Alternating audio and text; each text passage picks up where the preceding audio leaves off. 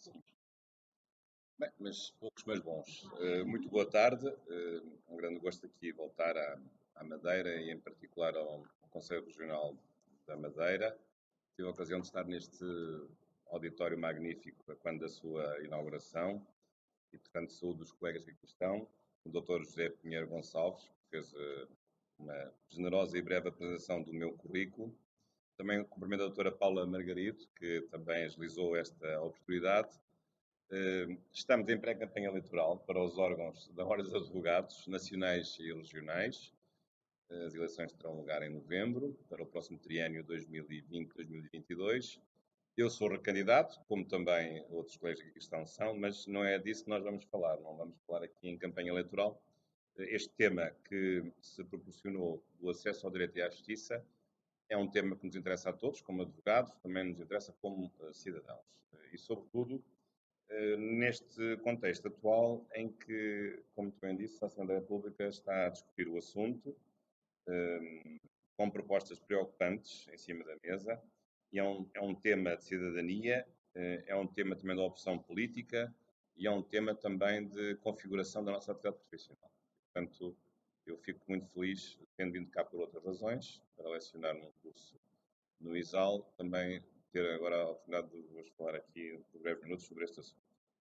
E eu talvez começasse por fazer aqui um enquadramento geral, porque isso se impõe, ressaltando a importância do acesso ao direito e à justiça, no fundo são dois temas conexos, no âmbito mais geral daquilo que é o Estado de Direito.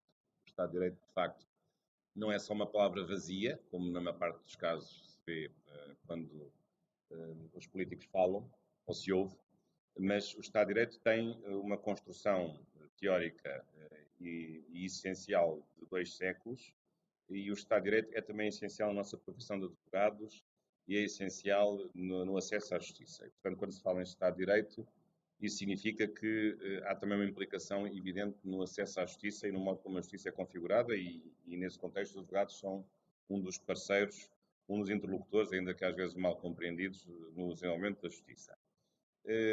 E no que respeita ao Estado de Direito, que é um princípio constitucional com várias dimensões, várias facetas, é um conceito poliédrico, digamos assim, o que está aqui em causa é, sobretudo, a separação dos poderes, entre o poder judicial e os outros poderes, por um lado, mas, por outro lado, também o modo como o direito se faz e o modo como o direito se conhece.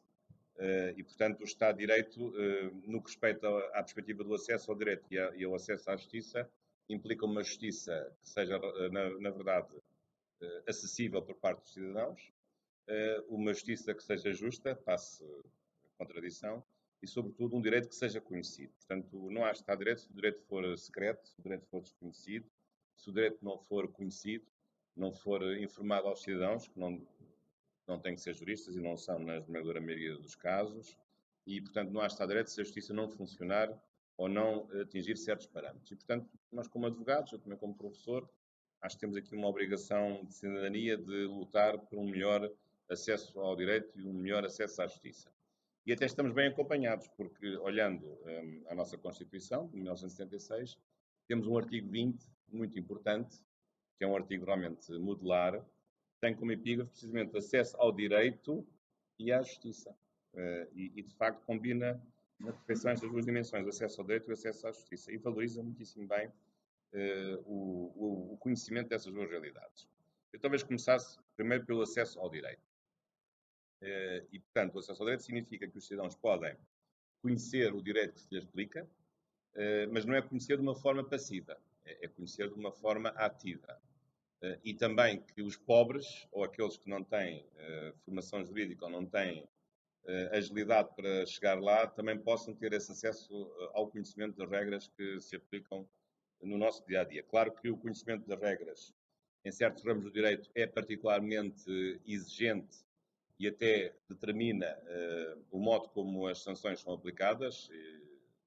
Todos nós sabemos que o desconhecimento do direito, embora se assuma como, do modo geral, irrelevante, pode ser relevante em certas circunstâncias, sobretudo na convicção que o agente toma sobre o erro de direito sobre a norma que se aplica. No caso do direito penal pode ser relevante, um erro sobre as proibições. ainda que haja um princípio geral de que a ignorância da lei não desculpa ao seu infrator. Mas esse princípio não é assim talvez tão geral como sucede. Claro que na prática, às vezes, os órgãos que produzem as leis portam-se mal.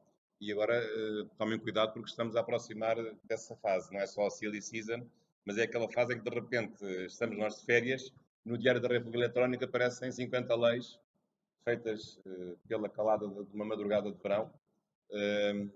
Também se justifica, porque o Parlamento vai agora encerrar a sua sessão executiva e também, neste caso, a 13ª legislatura. E, portanto, aparecem leis de surpresa, aparecem leis durante as férias, e tudo isso complica o conhecimento que os cidadãos devem ter da própria legislação que se trata. A Constituição, nesse aspecto, é até bastante clara. Já não me refiro aos princípios mais óbvios de que ninguém pode ser punido por uma lei que não existe no momento em que a infração é considerada como tal, já nem digo isso, ou já nem falo na necessidade das leis serem publicadas na República para terem eficácia jurídica, também já não me refiro a isso, mas este artigo 20 diz expressamente que ao acesso à informação jurídica e à consulta jurídica. São duas coisas distintas. A informação jurídica é uma informação, digamos, não individualizada, é uma informação generalizada, que muitas vezes não é cumprida e que, evidentemente, deve ser protagonizada por aqueles que são os autores das leis ou os autores das normas em causa, sejam legislativas ou regulamentares. E, portanto, o cidadão deve estar informado.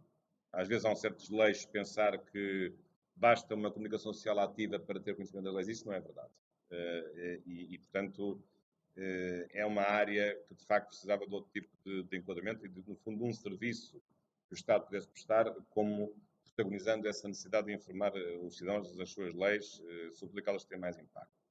E depois também há o direito à consulta jurídica, que é uma coisa diferente. A consulta jurídica é, no fundo, uma informação jurídica genérica, a partir de uma norma, mas que se aplica às particularidades de um caso. E, portanto, ajudar alguém que consulta aquele que tem competência para praticar esse ato, neste caso os advogados, sobre, infelizmente não só os advogados, sobre aquilo que lhe parece que a lei diz sobre uma decisão concreta que é colocada perante um advogado. Mas isso implica várias coisas. Implica um advogado disponível, implica que alguém pague ao trabalho pelo trabalho ao advogado, e, portanto, que o advogado não deva trabalhar de graça, evidentemente, também já agora, e implica realmente um sistema, ou implicaria um sistema que pudesse permitir esse acesso fácil à consulta jurídica. Infelizmente, isso não está devidamente trabalhado porque o sistema que existe é só no acesso aos tribunais, propriamente, e não tanto à consulta jurídica, ou que há uma coisa mínima, embora a Ordem dos Advogados tenha a seu cargo também alguma preocupação de fornecer esse acesso e essas consultas mais ou menos idealizadas, mas a verdade é uma dimensão que se tem descurado. Porque parte do princípio que as pessoas leem as leis e as percebem todas na sua perfeição. Isso é impossível, até porque muitas vezes é o próprio legislador que não ajuda na compreensão das leis que faz. E, portanto, esse é um aspecto que me parece muito importante. É um aspecto raro no direito comparado. Não é habitual as Constituições se referirem a um direito de acesso ao direito, repetindo exatamente as duas palavras, um direito de acesso ao direito, um direito de conhecimento do direito. E isso, de facto, acho que deve ser aqui sequer. Mais importante do que isto tem sido, e com consequências mais dramáticas, o problema do acesso à justiça. Aqui também o artigo 20 se refere a este tema, em várias dimensões, que têm sido muito discutidas, e há aqui várias coisas importantes a dizer. A primeira é de que o acesso à justiça significa que não há imunidades do poder público, isto é, não há zonas, por mais pequenas que sejam, em que não é possível se indicar judicialmente os atos praticados. Claro que poderão dizer, então, mas não há atos discricionários ou atos políticos que estão fora do controle judicial. Não estou com isso a dizer que esses atos não devam existir, porque, na verdade, há atos que, pela sua natureza, pertencem a outras funções do Estado que não à função jurisdicional ou judicial. Mas todos esses atos têm sempre uma dimensão vinculada e, portanto, o caminho que tem sido feito ao longo da história, sobretudo do século XX, por exemplo, em matéria de fiscalização da Constituição, é um caminho precisamente da redução progressiva, da compressão progressiva, do não acesso à Constituição para verificar a conformidade das leis em relação à própria Constituição. Essa história o mostra. O mesmo se passa no direito administrativo, com um contencioso que cada vez tem ido mais longe e hoje a zona de discricionariedade já não é uma zona livre de direito, como eram as teorias antigas, mas, havendo discricionariedade, há sempre uma dimensão do direito que vincula a administração, sobretudo em matéria de princípios constitucionais. Portanto, quer seja discricionariedade técnica, quer seja a aplicação de conceitos determinados, há sempre uma zona cada vez mais visível de vinculação através dos princípios da proporcionalidade, da igualdade, da confiança, etc. Portanto, não há propriamente uma discricionariedade que seja um espaço livre de direito, neste caso, de direito legal. Isso, apesar de tudo, não me parece ser o principal problema, até porque algumas reformas que têm sido feitas vão no sentido de diminuir essa discricionariedade. Basta pensar na ação administrativa para a prática do ato legalmente devido. Portanto, embora possa ser um ato na sua substância discricionário, mas os tribunais podem hoje obrigar a administração, até com a aplicação de uma sanção pecuniária compulsória, à prática, dentro de, se foi violado digamos, o direito à decisão dentro de um prazo legalmente previsto, obrigar a administração a praticar, mas evidentemente não usurpando a decisão que ela em si é uma decisão de natureza discricionária, o que não quer dizer que seja arbitrária. Depois, outro problema que temos vindo a viver, não tanto aqui na Madeira, porque é um espaço limitado, é a questão da proximidade da justiça e a questão do modo como os tribunais estão organizados. Tem a ver com o famoso mapa judiciário, portanto, a distribuição dos órgãos judiciais sobre o território, no território nacional. Houve há uns anos um grave conflito nessa matéria, quando se passou de um conceito de tribunal de comarca para um tribunal de natureza distrital. Foram feitas algumas retificações posteriores, não inteiramente satisfatórias. Hoje há uma tendência para a criação de tribunais especializados de competência nacional, como é o caso do tribunal que está em Santarém, para a propriedade industrial. Isso preocupa porque muitas vezes pode limitar o acesso dos cidadãos. Mesmo nos tribunais comuns, a concentração de tribunais nas capitais de distrito, com algumas exceções, torna a justiça mais distante. Poderão alguns dizer, bom, mas agora as coisas não funcionam todas pela internet. Não sei se isso é bem assim. Há uma dimensão física que é sempre necessária. Uma dimensão física no trabalho dos advogados, nós sabemos isso, na comunidade que nos envolve, nas pessoas que vêm ter connosco, por onde nós andamos, as pessoas com quem nós falamos, os funcionários judiciais, as testemunhas, os vários interlocutores, os juízes, os magistrados do Ministério Público. Portanto, a justiça não se tornou totalmente virtual. Há uma dimensão física que é inominável. E, portanto, essa ideia de que a proximidade é uma proximidade internética, eu acho que é uma fantasia perigosíssima e que não tem nenhuma correspondência com a realidade. Portanto, penso que aqui, mais do que nunca, se impõe uma justiça de proximidade. Até, num certo sentido, o que é curioso, surgiu aqui um direito de acesso à justiça numa nova dimensão, que dei comigo a pensar nisto, que era imprevista, que é, no fundo, o direito à justiça ser um direito também económico, social e cultural. O direito à justiça pressupõe o empenho do Estado, pressupõe uma prestação do Estado em ter número suficiente de juízes, número suficiente de procuradores, o número suficiente de tribunais, lá onde as questões existem, já não falar da saúde ou da polícia ou da educação, etc. E, portanto, a dimensão da justiça também tem que estar presente. E tem havido realmente retrocessos, reacertos, mas é uma questão que eu acho que está em cima da mesa e está longe de ter sido resolvida, até porque depois tem provocado em muitos lugares do país, não está aqui na Madeira isso não se sente, uma grande concentração nas capitais de distrito, o desaparecimento dos advogados das regiões mais recônditas, a impossibilidade de um advogado de prática individual poder sobreviver. É isso que está a acontecer. Dos advogados individuais ou dos pequenos escritórios estarem a fechar. E, portanto, as pessoas nas suas terras mais pequenas, aldeias e vilas, hoje já não têm nenhum advogado. Não sei se já repararam que é isso que está a acontecer. Portanto, também o serviço, que é um serviço em regime liberal, de haver um advogado com porta aberta a quem se possa recorrer, há uma dúvida, há uma controvérsia, às vezes um advogado que é uma voz amiga e uma voz de bom conselho, até isso já desapareceu. Porque já desapareceram as maternidades, já desapareceram os bancos, já desapareceram as estações de correio, para já não falo dos comboios que já desapareceram há muitos anos, e agora até os advogados vão desaparecer. A pergunta é, o que é que vai desaparecer mais? Só as pessoas, agora só falta desaparecer as pessoas. E todo o país se tornar um imenso deserto em todos os sentidos possíveis e imagináveis, o que é uma coisa realmente muito triste. Depois, o direito à justiça, como terceira dimensão, também tem sido estudada na questão dos recursos. Há uns anos houve uma reforma no recurso, nos recursos, para limitar o recurso, por causa do atraso da justiça. Não sei se essa foi uma boa ideia. Ou pelo menos acho que é muito pernicioso achar que se resolve o problema da celeridade da justiça encurtando o número de recursos. Olha, muito obrigado. Assim também eu. Portanto, então a maneira da justiça ser célere é limitarmos as instâncias a que podemos aceder. Não acho que isso seja uma boa ideia. Portanto, tem havido, houve essa reforma. A reforma tem, não sei se foi feito algum estudo, mas é uma reforma equívoca e, portanto, como sabem, na prática há apenas duas instâncias. Havendo uma dupla conforme, não há recurso para o Supremo Tribunal de Justiça. E eu tenho as maiores dúvidas de que o problema da morosidade da justiça se possa resolver dessa maneira. Isso, digamos, a celeridade é feita à custa de um outro bem, que é da qualidade e da certeza e da, digamos, da qualidade e da verdade da própria justiça. E julgo que uma questão, se for vista por três instâncias, eu fico mais descansado do que ter sido vista apenas por duas.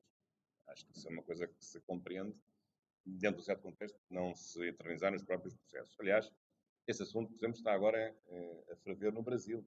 A questão do Brasil é a questão do transitado em julgado envolvendo um antigo Presidente da República que foi condenado, e lá tem sentido que o trânsito em julgado acontece na segunda instância, mesmo ainda havendo um recurso para uma terceira instância, neste caso o Superior Tribunal de Justiça do Brasil. E neste momento o que está em cima da mesa é rever o conceito de caso julgado, não ser na segunda instância, caso julgado neste caso penal, de condenação penal, mas só haver caso julgado quando houver intervenção da terceira instância, que é o Superior Tribunal de Justiça. Só que, na prática, essa mudança tem efeitos catastróficos, porque mais ou menos metade dos reclusos brasileiros têm um processo pendente em tribunal para chegar ao Superior Tribunal de Justiça. E, portanto, se a mudança for súbita, a prática é a libertação de metade da população prisional do Brasil, ou mais ou menos assim. Se me disseram, posso estar aqui a exagerar nos dados, mas se não for metade, não anda muito longe disso, e tem de certeza um impacto social dramático num país que sabemos que tem as questões de segurança.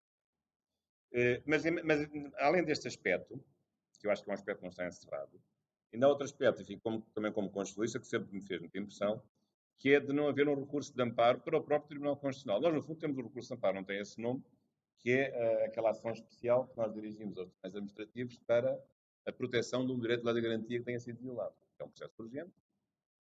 Mas eu pergunto, então quer dizer, nós temos um Tribunal Constitucional e a entidade que vai resolver a violação do direito de garantia não é o Tribunal Constitucional, é um Tribunal Administrativo. Curioso. Eu julgava que havia um Tribunal Constitucional que tem uma competência específica em matérias jurídico-constitucionais e sendo os direitos das garantias direitos constitucionais, eu achava que o órgão competente devia ser o Tribunal Constitucional, não um Tribunal Administrativo. Mas tenho estado enganado. Ou então é a minha ignorância, que realmente, ou a minha mediana inteligência que não permite atingir o alcance da questão. Mas, de facto, isto é inadmissível, não haver esse recurso de amparo, porque há noutros países. Há em Espanha, na Alemanha, eu estive agora a saber em Cabo Verde, que funciona muito bem em Cabo Verde. É um pequeno país. Até se citou uma questão de saber se quando se propõe interpõe um recurso para o Tribunal Constitucional, se isso interfere no caso julgado dos tribunais comuns, o Tribunal Constitucional de Cabo Verde tem entendido bem que não, mas é uma maneira direta de um cidadão, perante a violação do seu direito, poder recorrer direto à instância principal em matéria jurídico-constitucional, que é o Tribunal Constitucional. Esse assunto não é um assunto novo em Portugal, tem sido discutido, sim, senhor. Mas tem havido uma grande pressão por parte dos órgãos instalados, quem sabe do próprio Tribunal Constitucional, para não ter mais trabalho do que aquele que já tem algum, mas não tem assim muito, para não se abrir uma nova frente de um processo que poderia perfeitamente ser uma boa solução e retirar aos tribunais administrativos, já agora, a sobrelotação que existe já na primeira instância, porque ao fim de 15 anos da reforma dos administrativos estamos na mesma, estamos com os tribunais de primeira instância a terem decisões que demoram 5 anos, em Lisboa demoram 5, 6, 7 anos, tem um caso que tem 7 anos, não está resolvido na primeira instância administrativa em Lisboa, num concurso público universitário. 7 anos. Isto é inadmissível. Mas era a situação antes da reforma. A reforma foi feita porque isto acontecia com o Supremo Tribunal Administrativo, portanto, uma pirâmide invertida e os tribunais de primeiras instâncias administrativos não tinham quase nada. Isso inverteu-se, bem, mas agora estamos na mesma. E, portanto, há aqui qualquer coisa que não está a bater certo e tem aumentado o número dos juízes, administrativos e fiscais, mas, de facto, pelo menos uma gota no oceano poderíamos retirar se transferíssemos a competência para a fiscalização da violação de direitos, bases e garantias dos tribunais administrativos para o Tribunal Constitucional. Mas isso julgo que é um pormenor no meio de tudo isto. Depois, também uma outra questão que tem sido esta mais óbvia é a questão da celeridade da justiça. Aliás, a própria Constituição, no artigo 20, fala que uma justiça deve ser célere, dizendo a Constituição que deve haver mecanismos de agilização e de aceleração da própria justiça. Nós continuamos a ser continuamente condenados no Tribunal Europeu dos Direitos Humanos por causa da violação do direito à celeridade da justiça, que na Convenção Europeia é o artigo 6, que não é só sobre isso, mas também inclui a dimensão da celeridade da justiça, embora o artigo 20 também fale desse mecanismo. As reformas que têm sido feitas, algumas têm melhorado um pouco a pendência dos processos, mas ainda, evidentemente, falta um longo caminho e, portanto, não há justiça se a justiça for lenta. E, portanto, é um assunto que tem sido aqui também alvo de discussão, de reavaliação.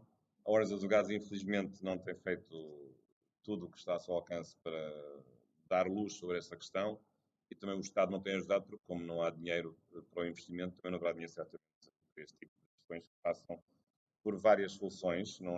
A solução não é fácil, admito que não. Mas a solução também não pode ser uma solução manhosa, como foi a solução, por exemplo, da Troika. Lembro-me que no caso dos processos fiscais, determinaram aos tribunais fiscais portugueses, a começar pelo Supremo Tribunal Administrativo, que as causas fiscais acima de 1 milhão de euros tinham prioridade sobre todas as outras. Isto é inadmissível. E os tribunais portugueses cumpriram, com o rabinho entre as pernas, só com o devido respeito, esta ordem da Troika.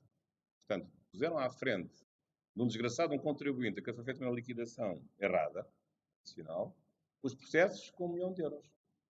E o desgraçado que pagou mais 20% do que devia pagar do seu ordenado ou da sua remuneração anual, tem que gramar com uma calção ou com uma penhora. Isto é inadmissível. Isto é justo? Não me parece. Mas a verdade é que os tribunais portugueses não fizeram jus à sua independência e à separação dos poderes. E obedeceram cegamente a esta ordem dada por 3 senhores estrangeiros, autoridades estrangeiras que por cá passaram, ainda que nós devemos agradecer o empréstimo que nos deram de 78 mil milhões de euros. Mas isto é triste, de facto. Eu não soube logo deste assunto, soube mais tarde, mas nem queria acreditar que isto tivesse sido verdade, mas infelizmente foi verdade. Depois, a outra questão, que é uma questão, claro, mais óbvia, é a questão das custas judiciais e do custo propriamente dito da justiça, daquilo que se paga quando se utilizam os serviços de justiça. São impostos, são taxas, prática. Isso tem sido também equacionado. Ao longo a Ordem dos Advogados tem feito fincapé nisso, nestes mandatos, de vários órgãos. Agora não vou aqui entrar em pormenores para não ser acusado de campanha eleitoral. Mas a verdade é que os anos passam e os assuntos permanecem. Portanto, continuamos a ter um problema que não está resolvido com os serviços judiciais.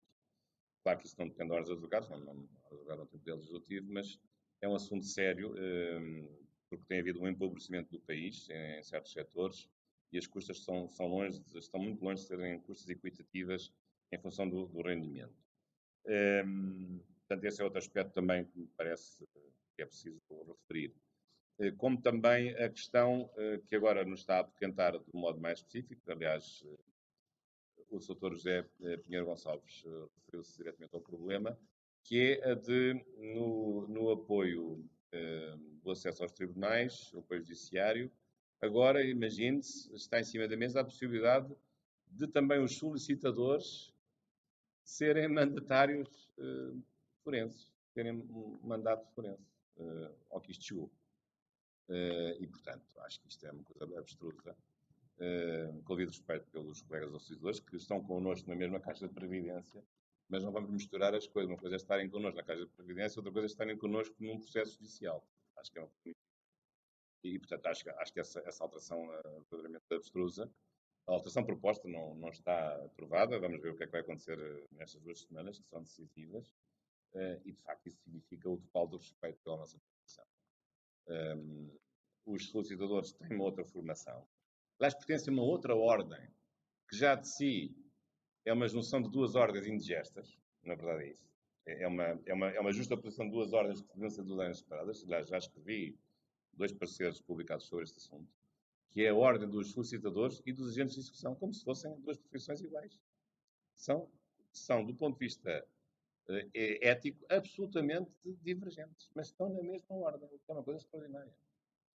Porque o solicitador é uma coisa, em muitos aspectos parecida com a atividade de advogado, é uma profissão liberal. O agente de execução é uma outra realidade. É alguém que é dotado de um poder de autoridade para penhorar contas bancárias e outros bens. Portanto, estão os dois, um profissional liberal e um profissional que tem poderes delegados do Estado de coação, estão na mesma ordem. Isto faz algum sentido? Já não sei o que é que faz sentido. Mas, na verdade, estão. Aliás, na altura escrevi, a pedido da Associação Portuguesa dos Agentes de Execução, 2 pareceres, na altura em que isso foi discutido na Assembleia da República, aliás, no fim da anterior legislatura. Cuidado com o fim da legislatura, que são sempre momentos de loucura. Quando as legislaturas acabam, aparecem sempre as melhores aberrações. Esta foi uma aberração herdada da anterior legislatura, que foi no fim, quando foi aprovado o pacote de todas as leis estatutárias das ordens profissionais. Portanto, misturou-se alhos com bugalhos.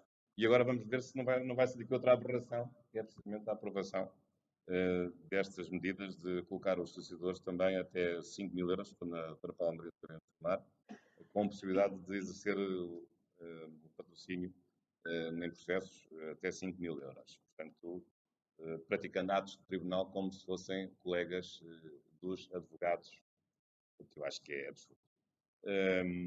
Mas, portanto, isto são questões que estão em cima da mesa. Enfim, claro que poderão dizer, é muito fácil estar aqui a falar e estar a barafustar, porque as coisas vão continuar a mesma. Não é bem assim. Sempre acreditei na opinião pública. Acho que é preciso haver aqui uma reação por parte de todos nós. Os advogados, através dos seus órgãos, não vou agora particularizar, têm feito alguma contestação. Sei que às vezes não é fácil, porque há aqui compromissos e há equilíbrios que estão a ser feitos. Não é só a profissão liberal dos advogados que está em causa, mas são outras profissões. Por outro lado, tenta-se contentar os advogados com a possibilidade de os inventários poderem ser feitos no tribunal. Portanto, em alternativa, quem quiser escolher ou o notário ou o tribunal para levar a cabo a determinação de uma herança, através de um processo inventário. Mas acho que não devemos abdicar dos nossos princípios e dos nossos critérios. Portanto, não pode haver aqui a mistura de 2 profissões que podem ter uma base comum. Uma coisa é óbvia, é que pertencem a 2 ordens profissionais distintas. Portanto, acho que nunca nos podemos esquecer disso. Portanto, não me cabe pela minha cabeça, ou pela cabeça de ninguém, a não ser do Parlamento ou de quem propôs, espero que o Parlamento aprove esta proposta, juntar solicitadores com advogados. Claro que eles já podiam praticar certos atos em conjunto, mas neste caso com uma intervenção de natureza judiciária, portanto, num tribunal, que é um órgão de soberania e tem outro tipo de implicações.